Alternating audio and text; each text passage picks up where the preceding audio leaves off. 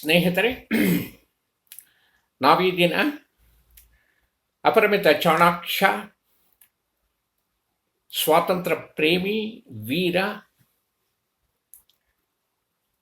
ವೀರ ಸಾವರ್ಕರ್ ಬಗ್ಗೆ, ಅಂದರೆ ವಿನಾಯಕ್ ದಾಮೋದರ್ ಸಾವರ್ಕರ್ ಬಗ್ಗೆ ಕೆಲವು ವಿಷಯಗಳನ್ನು ತಿಳಿದುಕೊಳ್ಳುವ ಪ್ರಯತ್ನ ಮಾಡೋಣ. ವೀರ ಸಾವರ್ಕರ್ ಮೇ 28, 1883ರಲ್ಲಿ ಜನಿಸುತ್ತಾರೆ. ಸಂಸ್ಕೃತ ವಿದ್ವಾಂಸರ ಪೀಳಿಗೆಯಲ್ಲಿ ಹುಟ್ಟಿದಂತಹ ಸಾವರ್ಕರ್ಗೆ ರಾಜನೀತಿ, ಸಾಹಿತ್ಯ, ಭಾರತೀಯ ಸಂಸ್ಕೃತಿ, ಇತಿಹಾಸ ಇವೆಲ್ಲವುಗಳ ಬಗ್ಗೆಯೂ ಕೂಡ ಅತ್ಯಂತವಾದಂತಹ ಆಸಕ್ತಿ ಇರುತ್ತೆ. ಅವರು ಬರೆದಂತಹ ಪುಸ್ತಕ ಭಾರತದ ಸ್ವತಂತ್ರ ಸಂಗ್ರಾಮ 1857 ಅಸಂಖ್ಯಾತ ಸ್ವಾತಂತ್ರ್ಯ ಯೋಧರಿಗೆ ಸ್ಫೂರ್ತಿದಾಯಕವಾಗಿತ್ತು. ದಾಮೋದರ್ ಪಂತ್ ಮತ್ತು ರಾಧಾಬಾಯಿ 4 ಮಕ್ಕಳಲ್ಲಿ ಒಬ್ಬರಾದಂತಹ ವಿನಾಯಕ್ ದಾಮೋದರ್ ಸಾವರ್ಕರ್ ಹುಟ್ಟಿದ್ದು ಮಹಾರಾಷ್ಟ್ರದ ನಾಸಿಕ್ ಪಟ್ಟಣದ ಹತ್ತಿರ ಬಾಗೂರು ಅನ್ನತಕ್ಕಂತಹ ಊರಲ್ಲಿ. ನಾಸಿಕ್ದ ಶಿವಾಜಿ ಶಾಲೆಯಲ್ಲಿ ಪ್ರಾಥಮಿಕ ಶಿಕ್ಷಣವಾಗುತ್ತೆ. 9ನೇ ವಯಸ್ಸಲ್ಲೇ ಪಾಪ ಇವರ ತಾಯಿಯನ್ನು ಕಳೆದುಕೊಳ್ಳುತ್ತಾರೆ. ತಂದೆಯ ಪೋಷಣೆಯಲ್ಲಿ ಬೆಳೆದಂತಹ ವಿನಾಯಕ ಬ್ರಿಟಿಷರ ವಿರುದ್ಧದ ಸ್ವಾತಂತ್ರ್ಯ ಹೋರಾಟದತ್ತ ಆಕರ್ಷಿತನಾಗುತ್ತಾನೆ. 1902ರಲ್ಲಿ ಪುಣೆಯ ಫರ್ಗ್ಯೂಸನ್ ಕಾಲೇಜನ್ನು ಹೆಚ್ಚಿನ ವಿದ್ಯಾಭ್ಯಾಸಕ್ಕಾಗಿ ಸೇರುತ್ತಾರೆ. ಜೂನ್ 1906ರಲ್ಲಿ ಶಿಷ್ಯವೃತ್ತಿ ಅಂದರೆ ಸ್ಕಾಲರ್ಶಿಪ್ ದೊರೆತಿದ್ದರಿಂದ ಕಾನೂನುಶಾಸ್ತ್ರ ವ್ಯಾಸಂಗಕ್ಕಾಗಿ ಲಂಡನ್ಗೆ ತೆರಳಿದರು. ಸಾವರ್ಕರ್ ವಿದ್ಯಾರ್ಥಿಯಾಗಿದ್ದಾಗ ಸ್ವದೇಶಿ ಚಳವಳಿಯಲ್ಲಿ ಭಾಗವಹಿಸಿದ್ದರು. ಅನಂತರ ಅವರು ಬಾಲಗಂಗಾಧರ ತಿಲಕ್ ರವರ ಸ್ವರಾಜ್ಯ ಪಕ್ಷದ ಸದಸ್ಯರಾಗುತ್ತಾರೆ. ಲಂಡನ್ನಿನಲ್ಲಿದ್ದಾಗ ಸ್ವತಂತ್ರ ಭಾರತ ಸಮಾಜ ಅಂದರೆ ಫ್ರೀ ಇಂಡಿಯಾ ಸೊಸೈಟಿಯನ್ನು ಸ್ಥಾಪಿಸುತ್ತಾರೆ. ಈ ಸಂಸ್ಥೆ ಭಾರತೀಯ ಹಬ್ಬಗಳು, ಸ್ವಾತಂತ್ರ್ಯ ಸಂಗ್ರಾಮದ ಮೈಲಿಗಲ್ಲುಗಳನ್ನು ಕೂಡ ಆಚರಿಸುತ್ತಿತ್ತು. ಭಾರತದ ಸ್ವಾತಂತ್ರ್ಯದ ಬಗ್ಗೆ ಮಾತುಕತೆಗಳಿಗಾಗಿಯೇ ಮುಡುಪಾಗಿದ್ದಂತಹ ಈ ಸಂಸ್ಥೆಯ ಮೇಲೆ ಬ್ರಿಟಿಷ್ ಕೆಂಗಣ್ಣು ಬೀಳಲು ತಡವಾಗಲಿಲ್ಲ. ಬ್ರಿಟಿಷ್ ಅಧಿಕಾರಿಗಳ ಬಗೆಗೆ ಆಗಲಿ, ಅವರ ಕಾನೂನುಗಳ ಬಗ್ಗೆ ಆಗಲಿ ಗೊಣಗುವುದರಲ್ಲಿ ಅರ್ಥವಿಲ್ಲ, ಅದಕ್ಕೆ ಕೊನೆಯೂ ಇಲ್ಲ.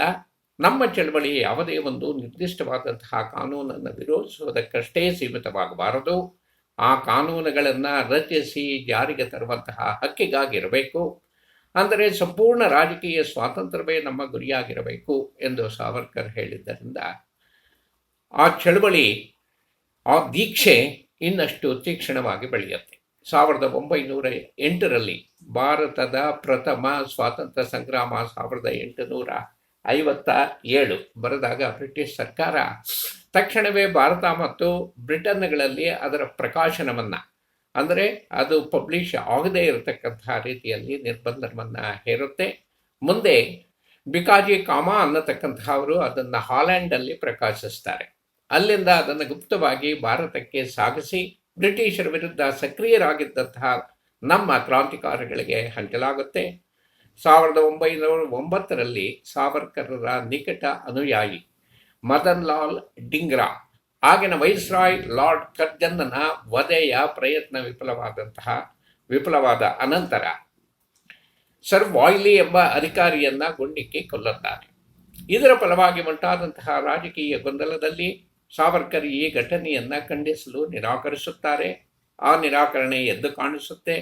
ನಾಸಿಕ್ ಪಟ್ಟಣದ ಕಲೆಕ್ಟರ್ AMT ಜಾನ್ಸನ್ ಅನ್ನತಕ್ಕಂತಹ ಅವರು ಯುವಕನೊಬ್ಬನ ಗುಂಡಿಗೆ ಬಲಿಯಾದಾಗ ಸಾವರ್ಕರ್ ಕೊನೆಗೂ ಬ್ರಿಟಿಷ್ ಅಧಿಕಾರಿಗಳ ಬಳಿಯಲ್ಲಿ ಸಿಕ್ಕುತ್ತಾರೆ. ಇಂಡಿಯಾ ಹೌಸ್ನೊಂದಿಗೆ ಸಾವರ್ಕರ್ರ ಸಂಪರ್ಕವನ್ನೇ ನೆಪ ಮಾಡಿಕೊಂಡು ಹುಸಿಯಾದಂತಹ ಕಂಪ್ಲೇಂಟ್ಗಳನ್ನು ಅವರ ಮೇಲೆ ಮಾಡಿ ಅವರನ್ನು ಈ ಕೊಲೆಯಲ್ಲಿ ಅಪರಾಧಿ ಎಂದು ನಿರ್ಣಯಿಸಲಾಯಿತು. 13ನೇ ಮಾರ್ಚ್ 1910 ಅವರ ವಿರುದ್ಧ ಬಂಧನದ ವಾರಂಟನ್ನು ಹೊರಡಿಸಿ ಅನಂತರ ಪ್ಯಾರಿಸ್ನಲ್ಲಿ ಅವರನ್ನು ಬಂಧಿಸಲಾಯಿತು.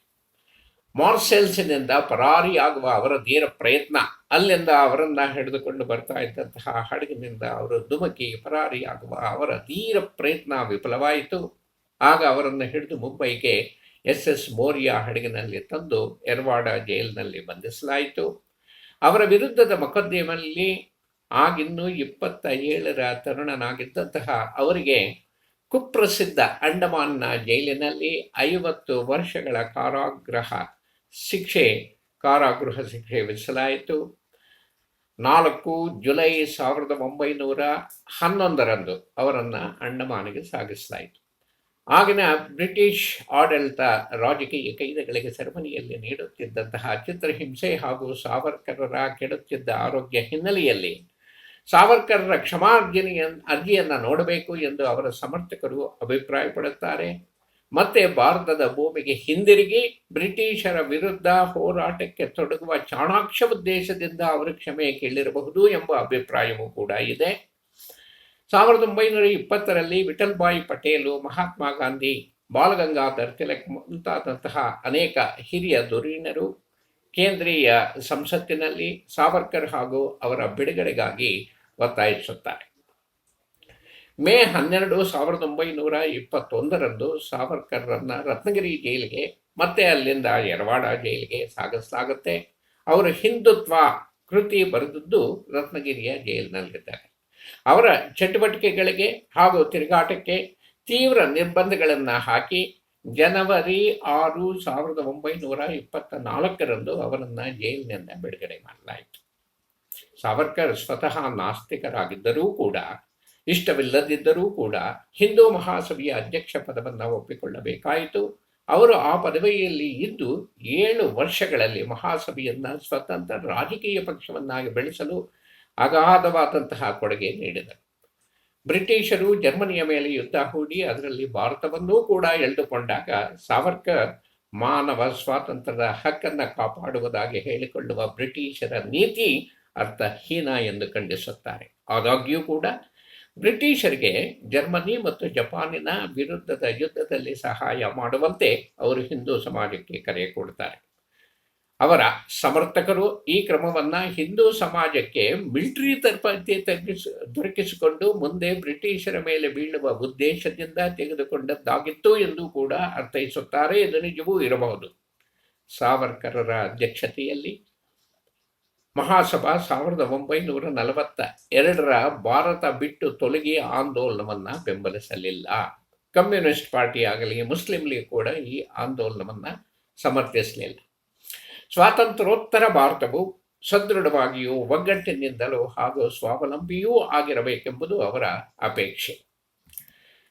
ಅವರ ಮರಾಠಿ ಕೃತಿಗಳು ಹಲವಾರು ಬರೆದಿದ್ದಾರೆ. ಕಮಲ, ನನ್ನ ಜೀವಾವಧಿ ಶಿಕ್ಷೆ, ಅಂದರೆ ಕನ್ನಡಕ್ಕೆ ಅನುವಾದಿಸಿದರೆ ನನ್ನ ಜೀವಾವಧಿ ಶಿಕ್ಷೆ ಅಂತ ಆಗುತ್ತೆ. ಹೀಗೆ 1857 ಭಾರತ ಪ್ರಥಮ ಸ್ವಾತಂತ್ರ್ಯ ಸಂಗ್ರಾಮ, ಅಂಡಮಾನ್ನ ಜೈಲಿನಲ್ಲಿ ಭಾರತೀಯ ಕೈದಿಗಳ ಪಾಡನ್ನು ಪ್ರತಿಬಿಂಬಿಸುವ ಚಿತ್ರಹಿಂಸೆಯನ್ನು ಪ್ರತಿಬಿಂಬಿಸ್ತಕ್ಕಂತಹ ಕಾಲಾಪಾನಿ ಎಂಬುದು ಕೂಡ ಅವರ ಇನ್ನೊಂದು ಗಮನಾರ್ಹವಾದಂತಹ ಕೃತಿ. ಭಾರತದ ಇತಿಹಾಸದ ಕೆಲ ಸುವರ್ಣಾವಧಿಗಳನ್ನು ಕುರಿತ ಬಂಗಾರದ 6 ಪುಟಗಳು ಎಂಬ ಸ್ಫೂರ್ತಿದಾಯಕ ಪುಸ್ತಕವನ್ನು ಕೂಡ ಬರೆಯುತ್ತಾರೆ. ಸೆರೆಮನಿಯಲ್ಲಿದ್ದಾಗ ಅವರು ಅನೇಕ ಪುಸ್ತಕಗಳನ್ನು ಬರೆದರು. ರತ್ನಗಿರಿ ಜೈಲಿನಲ್ಲಿದ್ದಾಗ ಬರೆದ ಪುಸ್ತಕಗಳಲ್ಲೊಂದು ಹಿಂದುತ್ವ, ಭಾರತ ರಾಷ್ಟ್ರ ಹಾಗೂ ಹಿಂದೂ ಧರ್ಮ ಎಂಬ ಪರಿಕಲ್ಪನೆಗಳನ್ನು ಹಿಂದೂ ರಾಷ್ಟ್ರೀಯತಾವಾದದ ದೃಷ್ಟಿಕೋನದಿಂದ ನೋಡಿದ ಈ ಪುಸ್ತಕ, ಹಿಂದುತ್ವ ಅನ್ನತಕ್ಕಂತಹ ಪುಸ್ತಕ ಅತ್ಯಂತ ಪ್ರಭಾವಿಯಾಗಿತ್ತು. ಭಾರತದ ಭೂಖಂಡದಲ್ಲಿ ಬೇರು ಬಿಟ್ಟು ಇಲ್ಲಿನ ಜೀವನದ ಪ್ರತಿಯೊಂದು ಅಂಗದಲ್ಲೂ ಕೂಡ ಹಾಸುಹೊಕ್ಕಾಗಿರುವ ವಿಶೇಷ ಜೀವನ ಧರ್ಮ ಎಂದು ಹಿಂದುತ್ವದ ಪರಿಕಲ್ಪನೆಯನ್ನು ಅರ್ಥೈಸಿದ್ದಾರೆಂಬುದನ್ನು ಗಮನಿಸಬೇಕು. ಅವರ ಬೇರೆ ಕೃತಿಗಳು ಎಂದರೆ ಹಿಂದೂ ಪದಪಾದಶಾಹಿ ಮತ್ತು ನನ್ನ ಅಜೀವ ಸಾಗಾಟ, ಅಂದರೆ ಮೈ ಟ್ರಾನ್ಸ್ಪೋರ್ಟೇಷನ್ ಫಾರ್ ಲೈಫ್. ಆಗಲೇ ಭಾರತದಲ್ಲಿ ಧಾರ್ಮಿಕ ಆಧಾರದ ಮೇಲೆ ಬಿರುಕುಗಳು ಗೋಚರವಾಗತೊಡಗಿತ್ತು. ಮಾಪಿಳ್ಳೆಗಳ ಬಂದ್, ಅಂದರೆ ಮುಸ್ಲಿಮ್ಸ್ ಸ್ಟ್ರೈಕ್ ಎಂಬ ಪುಸ್ತಕದಲ್ಲಿ ಕೇರಳದಲ್ಲಿ ಹಿಂದೂಗಳ ಮೇಲೆ ಅವರು ಕಂಡ ಬ್ರಿಟಿಷರ ಹಾಗೂ ಮುಸ್ಲಿಮರ ದೌರ್ಜನ್ಯವನ್ನು ಮತ್ತು ಗಾಂಧಿ ಗೊಂದಲ, ಅಂದರೆ ಗಾಂಧೀಜೀಸ್ ನಾನ್ಸೆನ್ಸ್ ಎಂಬ ಪುಸ್ತಕದಲ್ಲೂ ಕೂಡ ಗಾಂಧಿಯವರ ರಾಜಕೀಯ ಧೋರಣೆಗಳ ಬಗ್ಗೆ ಟೀಕೆಯನ್ನು ಕೂಡ ಅವರು ಮಾಡಿದರು. ಈಗಾಗಲೇ ಸಾವರ್ಕರ್ರು ಭಾರತದ ಭವಿಷ್ಯದ ಬಗ್ಗೆ ಗಾಂಧಿಯವರ ಯೋಜನೆಗಳ ಬದ್ಧ ಟೀಕಾಕಾರರಾಗಿ ಹೋಗಿದ್ದರು. ಅಂದರೆ ಅವರು ಗಾಂಧಿಯ ಟೀಕಾಕಾರರಲ್ಲ, ಗಾಂಧಿಯವರ ಯೋಜನೆಗಳ ಟೀಕಾಕಾರರಾಗಿ ಹೊರಬಂದಿದ್ದರಷ್ಟೇ. ಅವರ ಬೆಂಬಲಿಗರಿಗಷ್ಟೇ ಅಲ್ಲ, ಅವರ ಕೆಲವರು ಟೀಕಾಕಾರರು ಕೂಡ ಮರಾಠಿ ಸಾಹಿತ್ಯದ ಅತ್ಯಂತ ಹೃದಯ ಸ್ಪರ್ಶಿ ಹಾಗೂ ಸ್ಫೂರ್ತಿದಾಯಕ ಕೃತಿಗಳೆಂದು ಪರಿಗಣಿಸುವಂತಹ ಸಾಗರ, ಪ್ರಾಣ, ತಳಮಳಲ ಮತ್ತು ಜಯೋಸ್ತುತೆ ಹೀಗೆ ಸ್ವಾತಂತ್ರ್ಯದ ಸ್ತುತಿಗಳು ಮರಾಠಿ ಗೀತೆಗಳನ್ನು ಅವರು ಬರೆಯುತ್ತಾರೆ. ಇವು ಅತ್ಯಂತ ಜನಪ್ರಿಯವಾಗಿದೆ. ಈಗಲೂ ಕೂಡ ಇಂದಿಗೂ ಮಹಾರಾಷ್ಟ್ರದಲ್ಲಿ ಅವು ಕೇಳಿಸಿಗುತ್ತವೆ.